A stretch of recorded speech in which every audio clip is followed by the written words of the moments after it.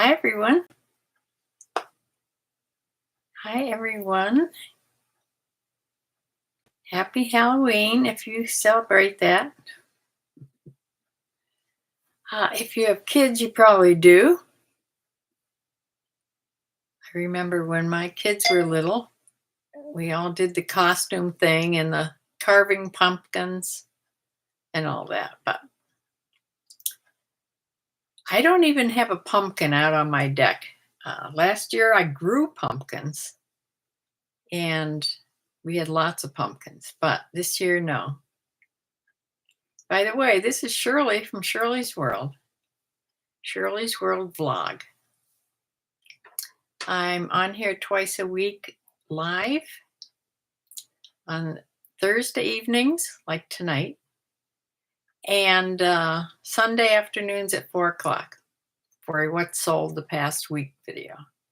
And in between, I try to do at least a couple recorded videos about this and that in my life.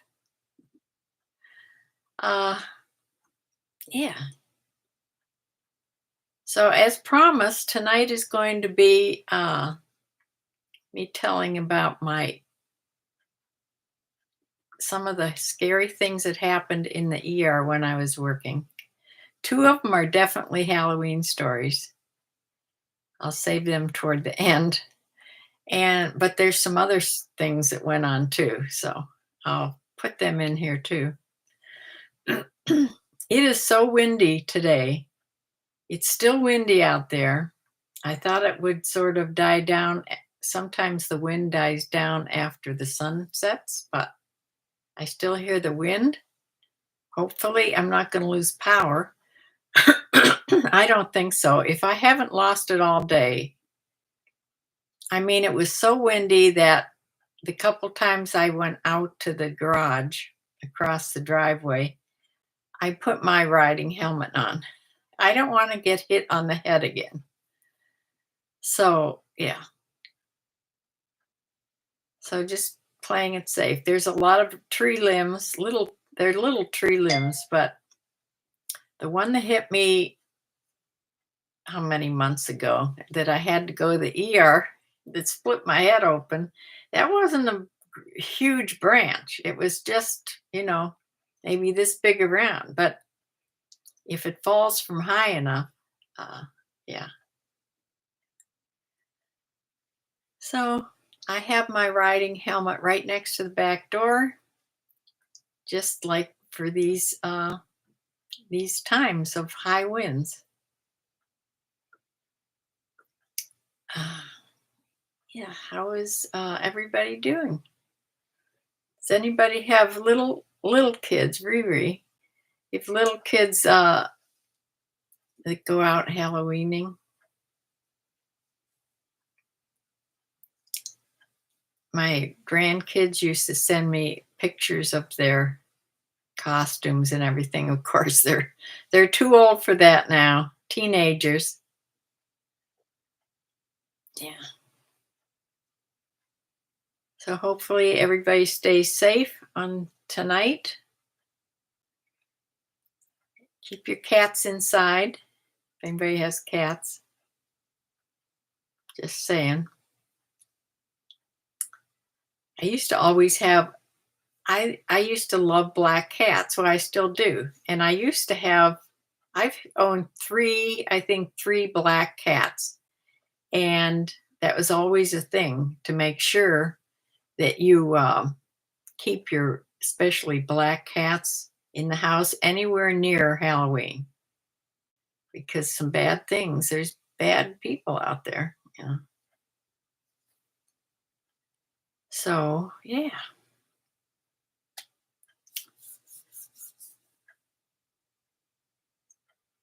Well, I've sold a couple things today. I just sold this. Now, I have had this probably 3 years or more when I used to buy stuff, stuffed animals and things. So I made a lot of these 3 Disney characters, Mickey Mouse, Donald Duck, and Goofy. I had to look up to make sure this was Goofy and not Pluto. there's definitely a difference. This is Goofy. Yeah, so this finally sold after years. So that's good.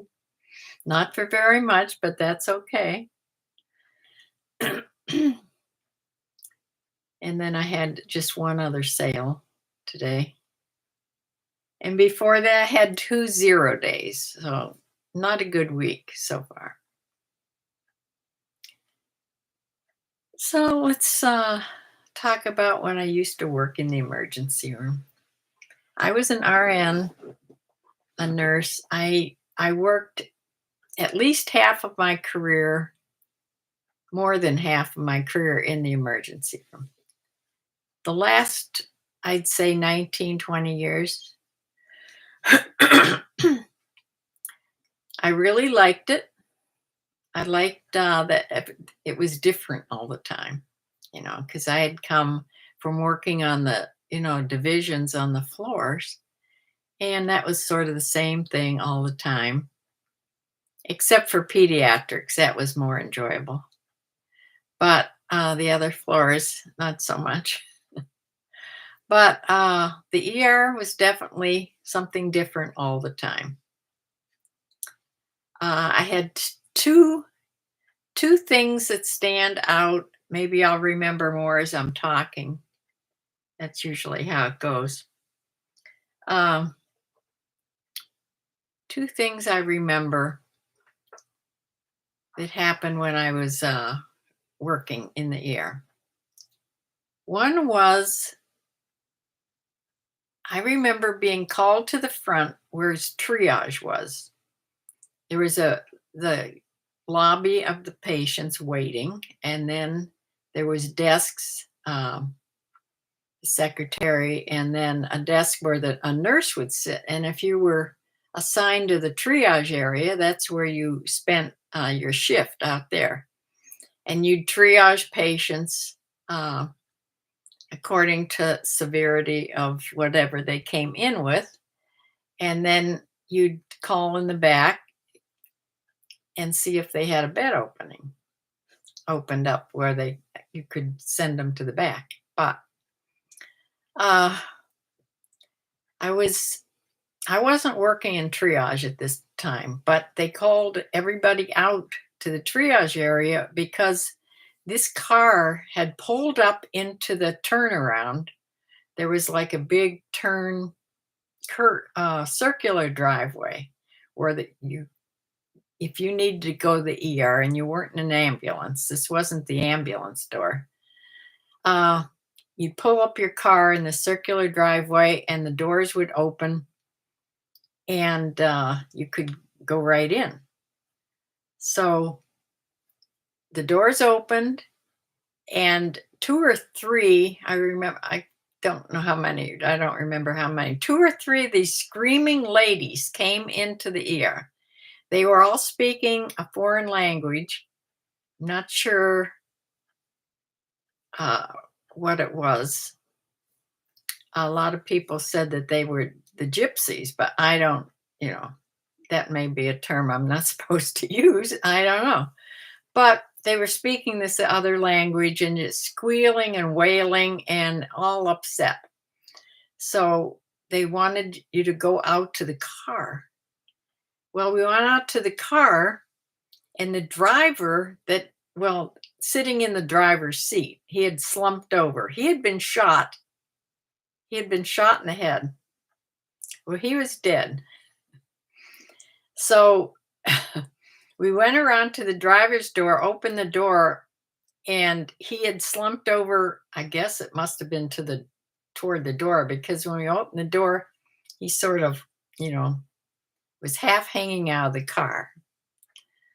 So we went and got the doctor that was on, because now this is a crime scene, so we can't really do anything. And he was definitely not alive. So the doctor had to come out and pronounce him right there in the car. So he did that, and the police were already on their way. The secretary, that was the first thing she did, was call for the cops.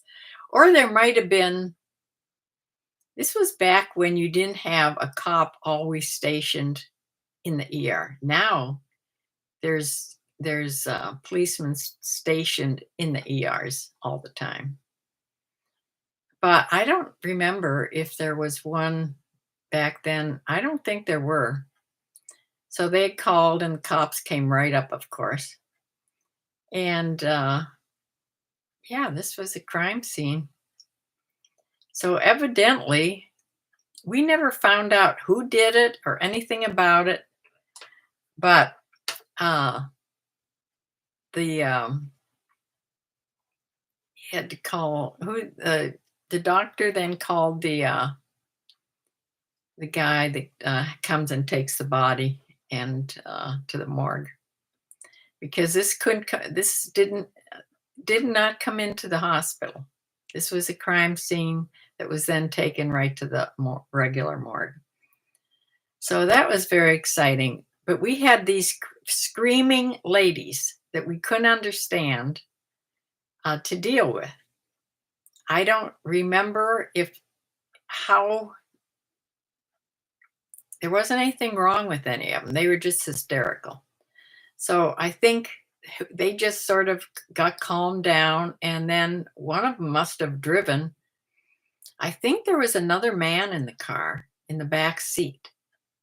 So who knows who shot this guy? Um, I should have I should have taken more notice of the car. I don't know if the window was open, if the window had been broken where he was shot through a window, or maybe somebody in the car shot him. We don't know. We never hear, when something happens in the ER or if somebody comes in and they either have been in an accident or they go up to the floors and then they die or we never hear what happens to the patients.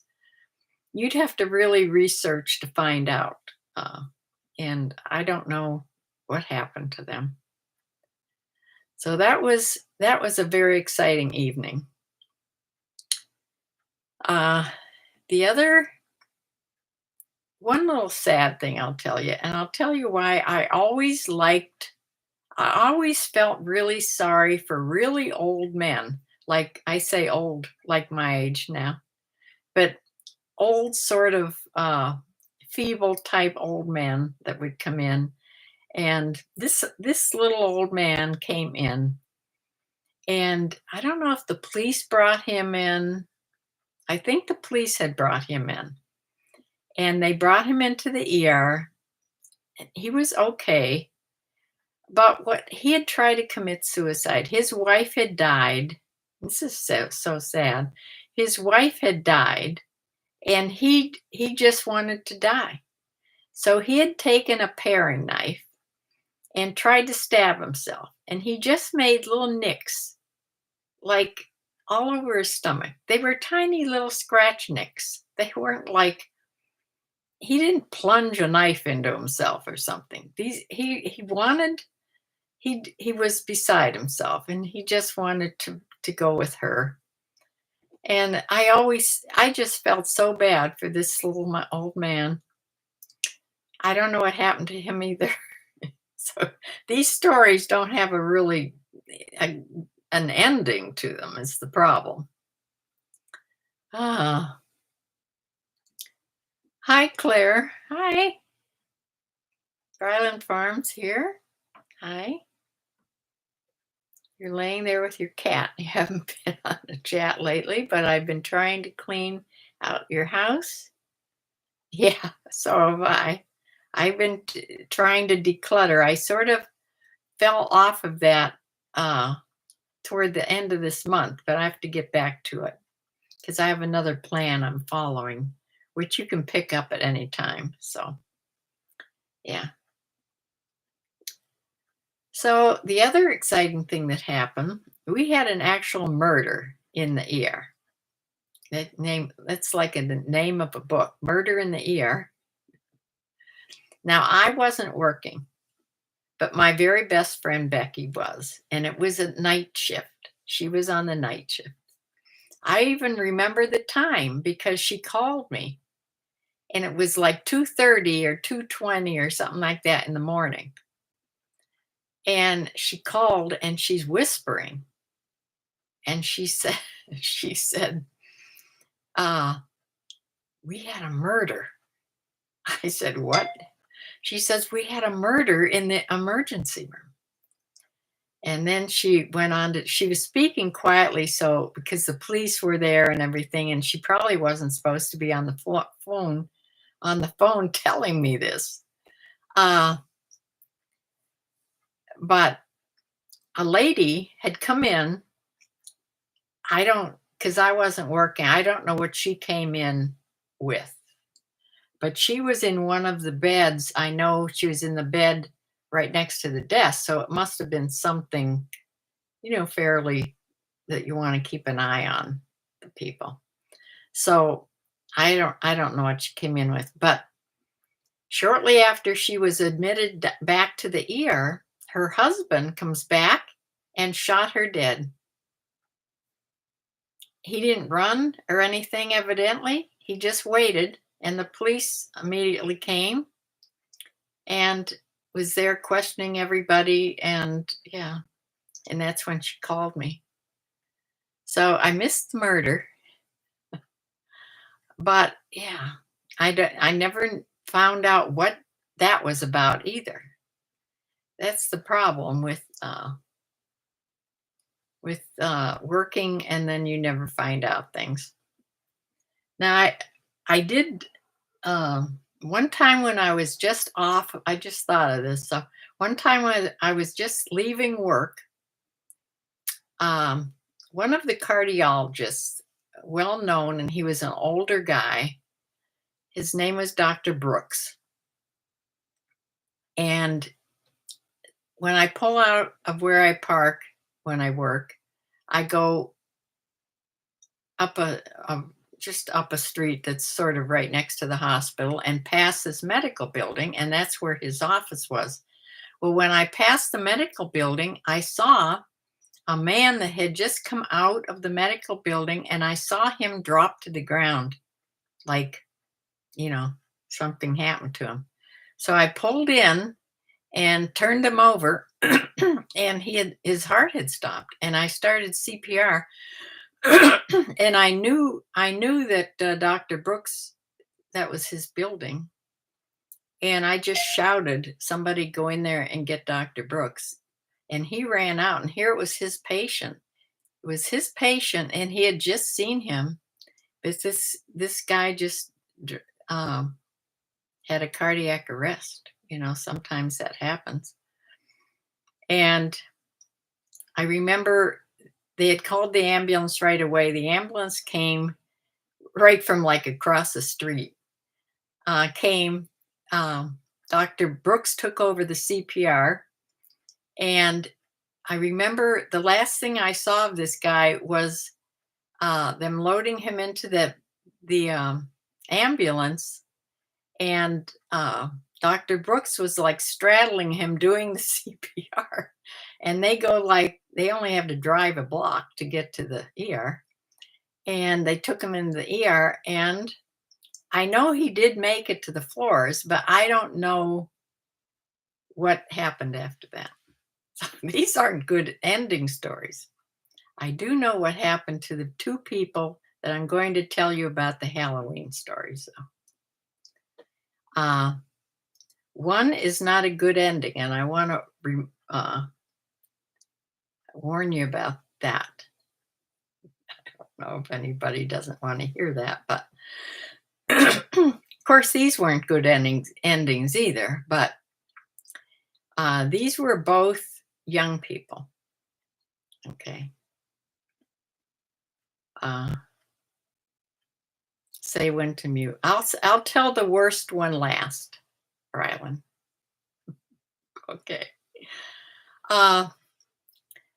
Okay. These were both Halloween night.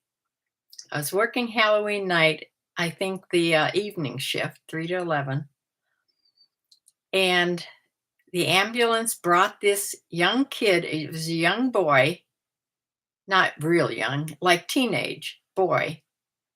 into the ER, and it had been from one of those scary houses, Halloween houses. I don't know what they call them. I never went to one of those. I don't like to pay to be scared. Um, yeah, whatever, fright houses or whatever they call them. But it was one of those. And they had a regular coffin set up in this house. And they had somebody in there, like acting like he was a dead person. And they had put dry ice. Now, can you figure out what's going to happen? They had dry ice in there so that there was smoke, the dry ice, whatever that's called, coming out. Looks like smoke, that it sort of goes down and goes across the floor. I'm sure it looked great. But, they had the coffin cracked open about this much so that this could come out. Well, somehow the coffin got shut. When the coffin got shut, of course, the carbon dioxide takes over. Is it carbon dioxide that the dry ice makes? I think. Brylan, is it carbon dioxide? Uh, it took over and took all the oxygen out. And when they finally saw that the lid was shut and got it open, thank goodness they could get it open, this kid had already passed out. So they thought he was dead. No, he wasn't dead. But he had passed out, and they rushed him to the emergency room. And that was the greatest Halloween story that we had at the moment. So, yeah, that's, you think, yeah, I think so. Yeah, yeah, I think it is. But yeah, because I later read about carbon dioxide and what it does and everything after that had happened. But that was just, you know, a bad accident that had happened. I'm sure this wasn't the first night. This was on Halloween, so this fright house or Halloween house had been open, before Halloween too. So yeah, it was just somebody knocked it shut or whatever. Who knows? But the young boy ended up being fine. I he was admitted though to keep watch on him because back then you were admitted easily and you got to stay in the hospital. Let me just tell you. Just I think my belly surgery, it hasn't even been 15 years. It's maybe 10 years ago, 12 years ago. I was in the hospital leading up to this like 3 or 4 times, staying at least a week every time. They don't ever do that now. You're in and out a day. My sister, she had her knee surgery, both knee surgeries. The only reason they kept her overnight was because of our age. They keep us because we're old. But yeah, usually you have knee surgery, you're out of there that same day. It's just, or most any other surgery. I'm just wondering, one of the first open heart surgeries was when I was in nurses training at Huron Road Hospital. I forget the name of the doctor. He was a famous heart surgeon. And it was when the first heart-lung machines were being used. And that man stayed in the hospital after the surgery was successful. He stayed in the hospital like 4 weeks at least. Like he was in the hospital a month because that was a brand new heart surgery. They're probably out of out of the hospital. I bet they don't even get to stay a week now. I don't know. Uh, Haunted house. Thank you. Yes. The haunted houses. They still have those, I think. I don't pay much attention because I don't do Halloween. Here in the country, you don't have Halloween people coming because, I'm the only one on the road except for the two houses across the street, and they sit so far back, you can't even see them. So, yeah, there's no Halloweeners come out here. But we did when we lived in like in Parma and Parma Heights. We had them. We had to buy candy for and be at the door. Yeah. Okay, Brian, I'm going to tell the last story. You can mute me. The last story was a tragic story. It was also came in on Halloween, not the same Halloween, another year. Ambulance brought him in. He had been stabbed in the chest. Uh, what had happened was he was going to make a costume, okay, with a knife sticking out of his chest. I don't know what kind of a costume. Maybe he was going to be, it seems to me he was dressed like Dracula or something like that. So maybe he was going to be like the death of a vampire and you had to stab them in the heart, I think. Is that how you kill a vampire? Anyway, he had been stabbed in the chest. And how this happened was the tragic part. The tragic part is they were figuring out how to make this look real, that he'd have this knife sticking out, a real knife. It was like a butcher knife. And what they did was they thought they'd have a piece of wood and put the knife in the wood, you know. Well, this this had this is terrible to say, but this poor kid, and he was also a young teenage boy, uh, this was just dumb. And this was a tragic thing that never had to happen. They strapped the board onto him first. And then they tried to pound the knife into the board.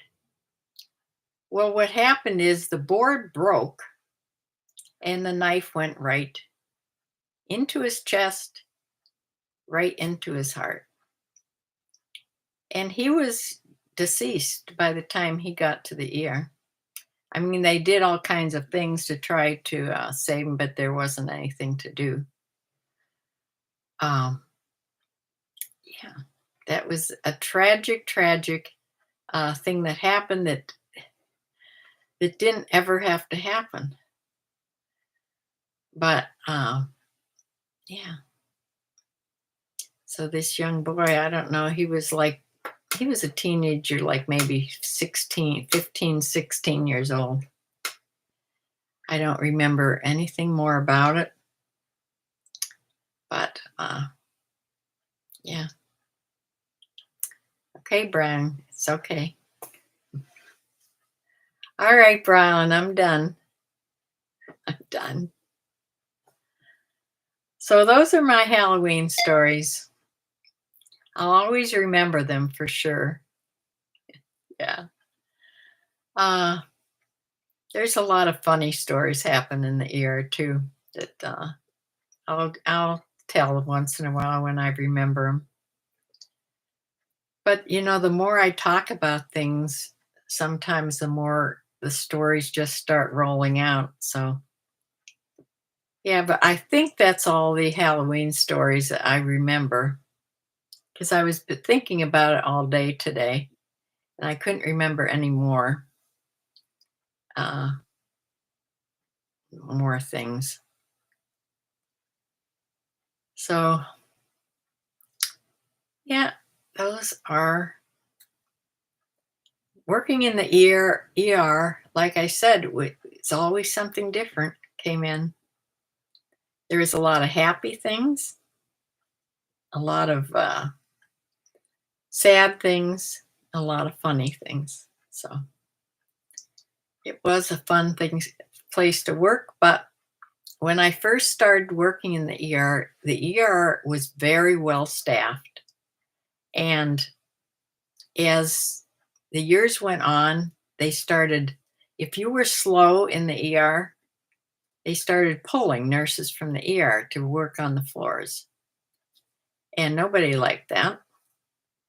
And then they started not, um, they just didn't hire nurses as much for the ER. They were cutting the number of nurses working in the ER.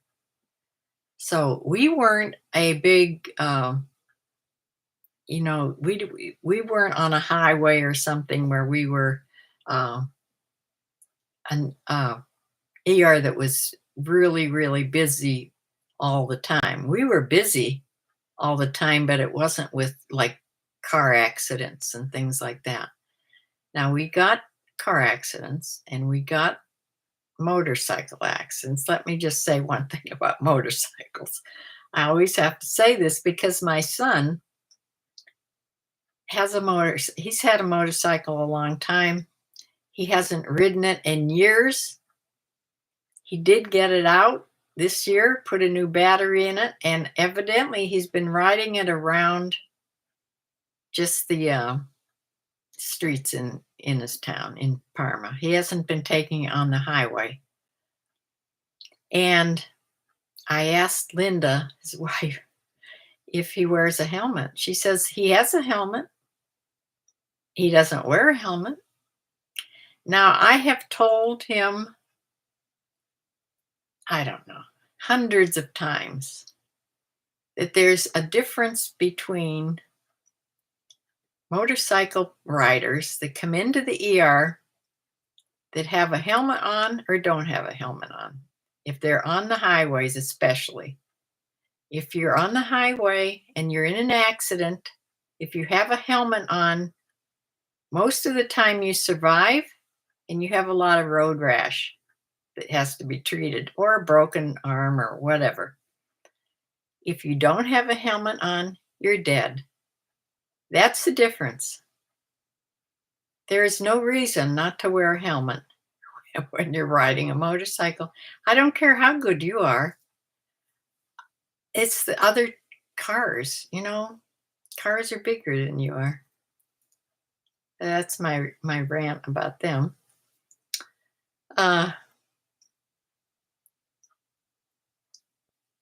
Oh yes, I do have I do have student stories that I've told on my other videos.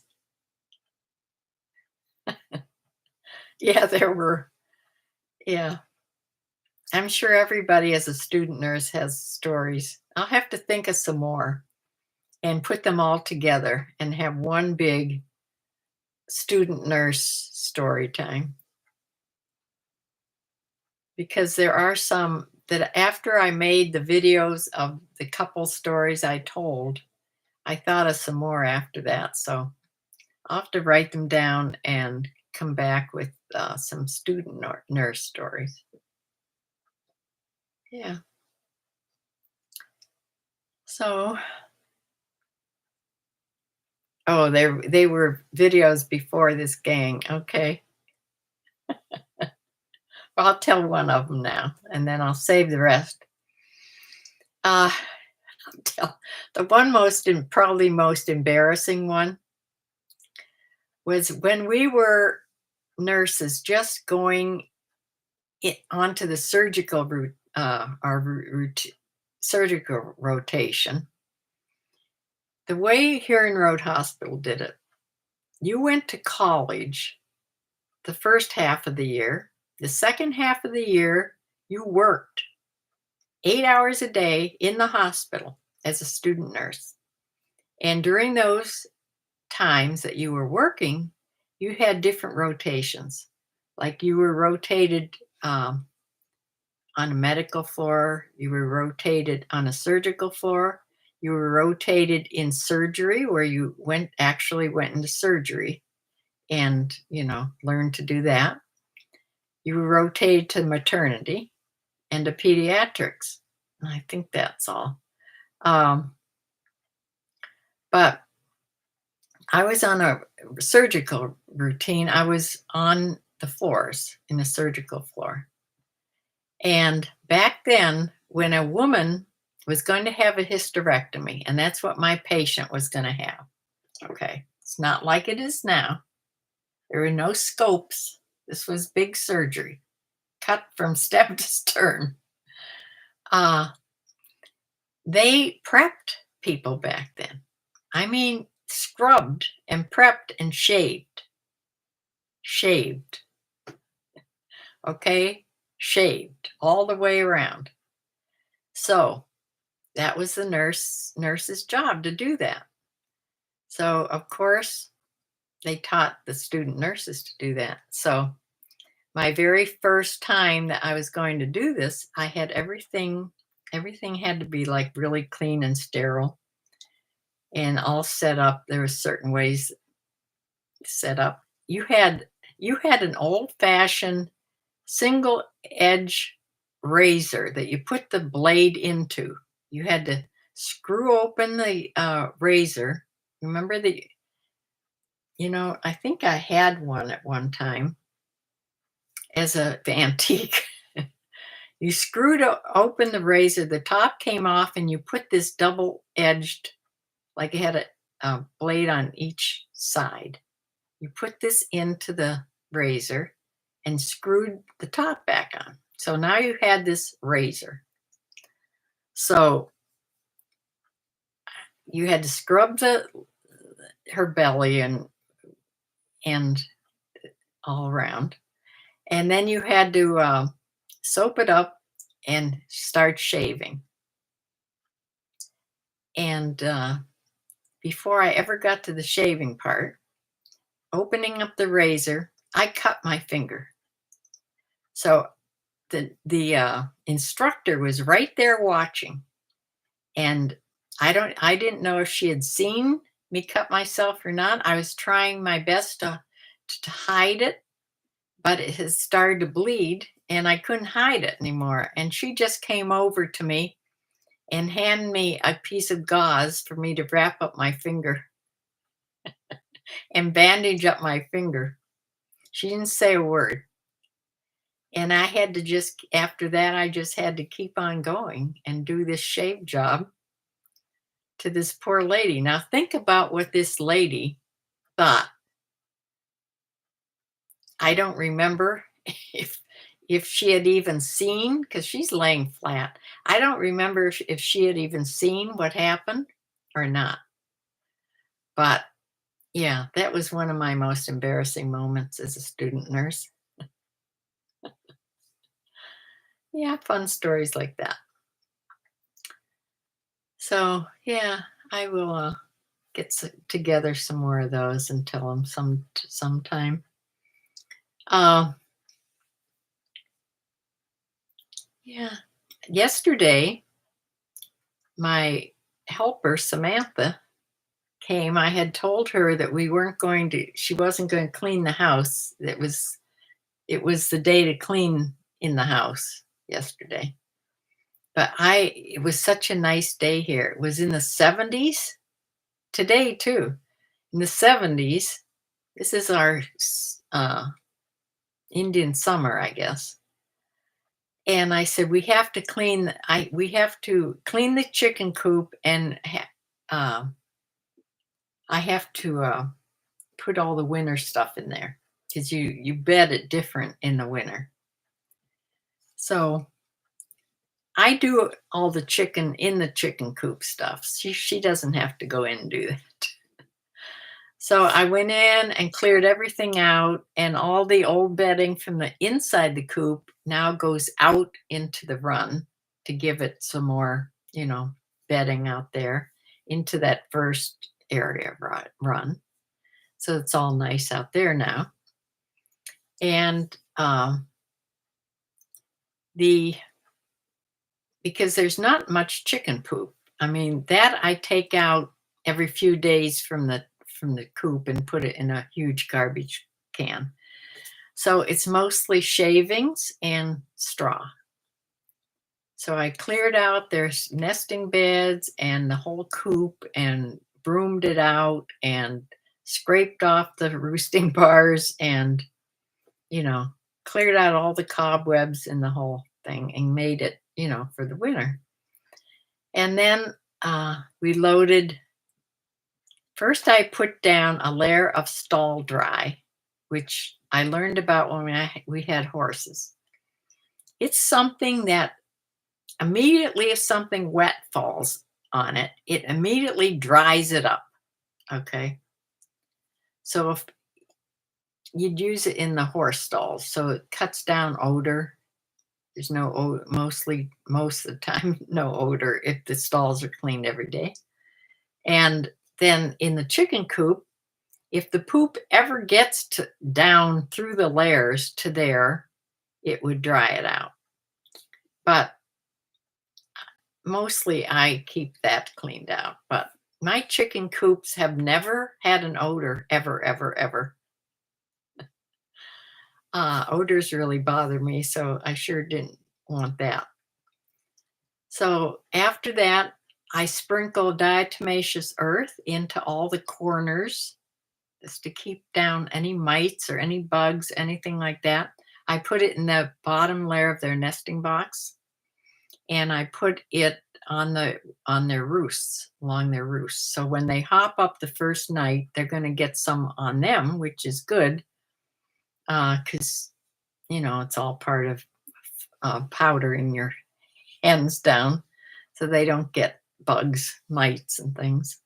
I've never had an infestation of anything, so knock on wood. Uh, so then a layer of shavings goes down. In the winter, it's just a little layer, like about this deep. And then in the winter, you want a heavy layer, like I start out with about at least 4 or 5 inches of straw, a deep bedding of straw. Now you keep adding straw to that.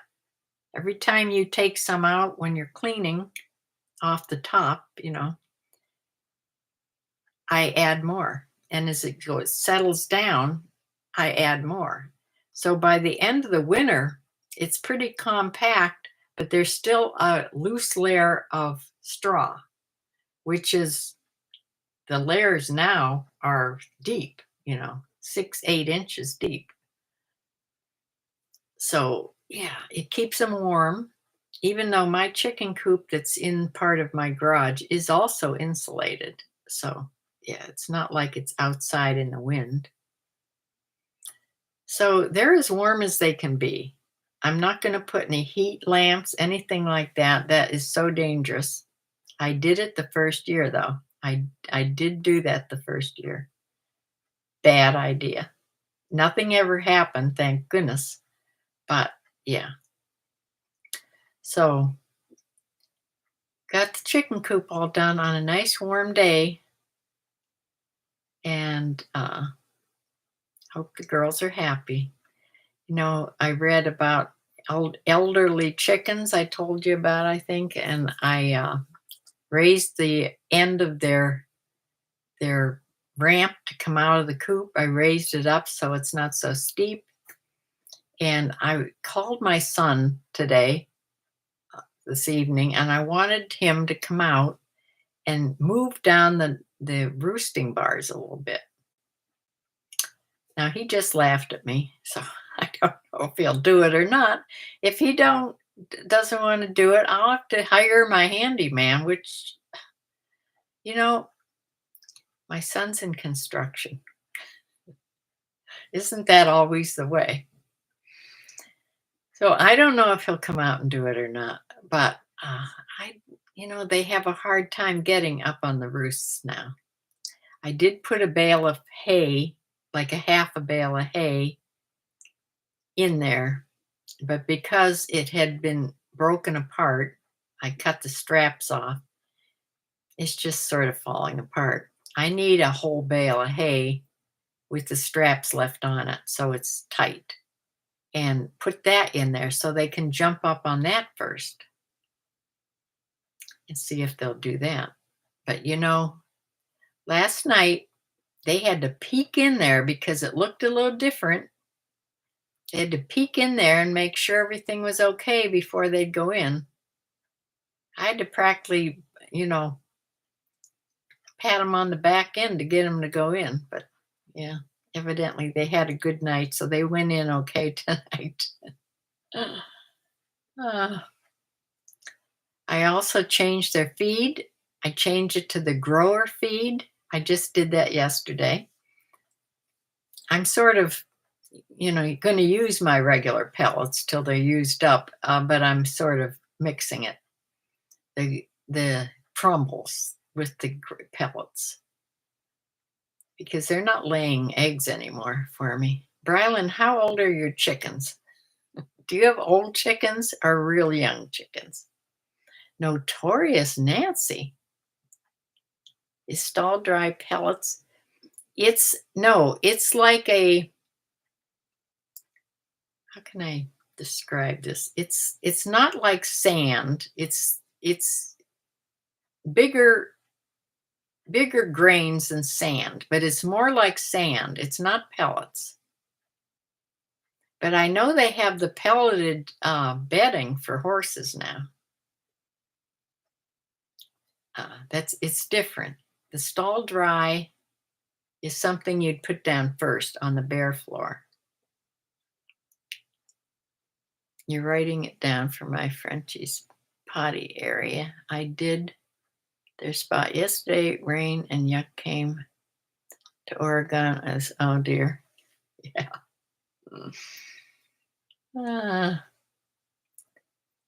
Yeah, it works. It works really good, but it can't be outside where it's going to be rained on.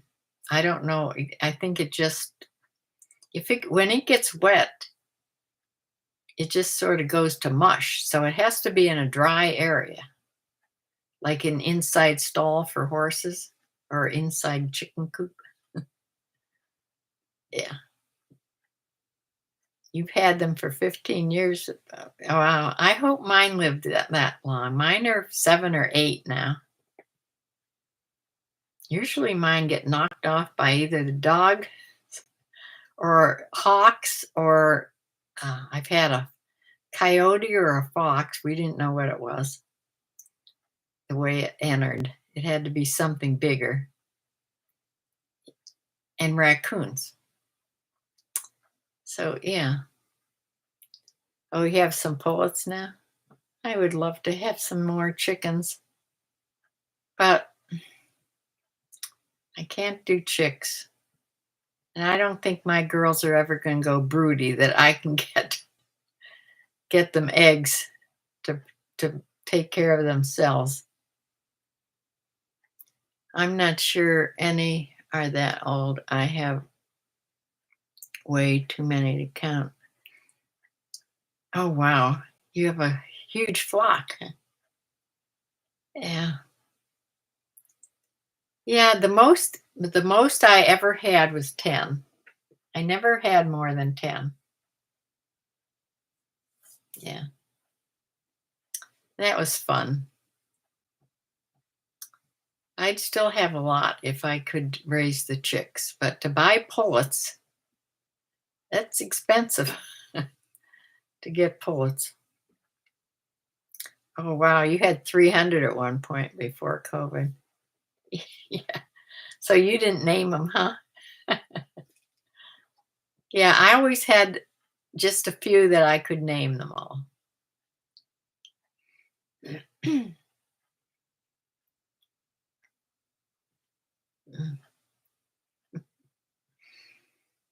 Uh,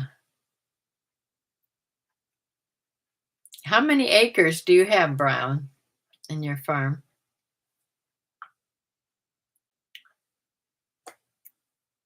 I just have my one little, my little square acre here.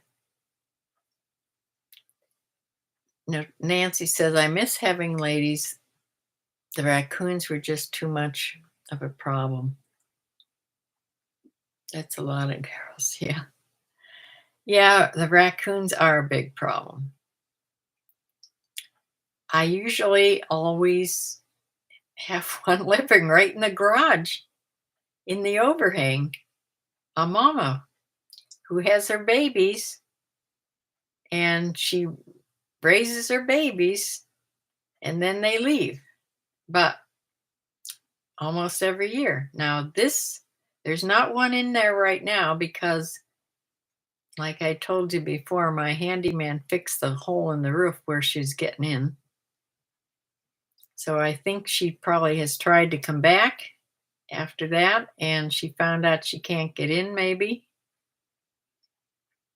Because my garbage cans have not been messed with, and they haven't been trying to get into my chicken feed or anything. I think I have a good system for those though, because I'm tying them with a bell on, and they haven't gotten in them in the last 6 months or so. So 16 acres. That's nice.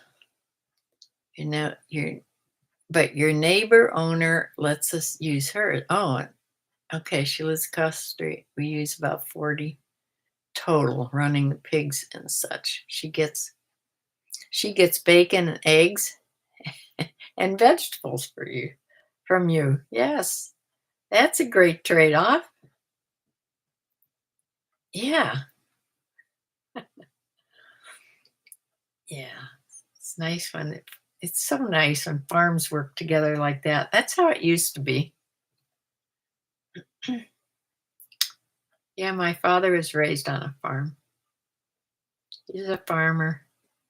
But then when he grew up, uh, he had 4 brothers and 1 sister. Just one of the brothers, stayed on the farm and kept the farm going. But the rest of everybody left and did other things, all different kinds of other things. So I'm going to have to leave you because 8 o'clock is approaching when I have to give my cat her insulin. I'm surprised she doesn't come in here and just sit and meow at me. She meows at me all day long because she does think she's starving to death, but she's not. She's getting more than she should be getting.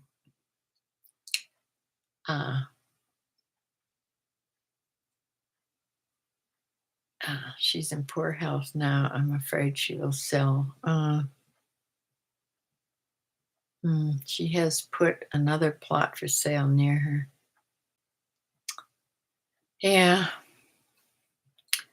Well, this has been fun. I've been waiting to tell the Halloween stories. And hopefully the rest of this week will get a little better. And I'll be back on Sunday at 4 o'clock to tell you how the total week went. And yeah. So I will see you all then. Thank you for joining me. I have a few more subscribers I saw. So thank you so much. If you haven't subscribed, please subscribe to Shirley's World Vlog. I have all kinds of videos on. A lot of them are reselling videos, but there's a lot other stuff too. So I'm 82 years old. My niche is just my age. When I was hunting for a niche, my group here told me it's my age. So I guess it is. So really, my things that I remember and parts of my life, that's what my niche is. So I will see you all on Sunday, and be good, be blessed, and see you then. Bye.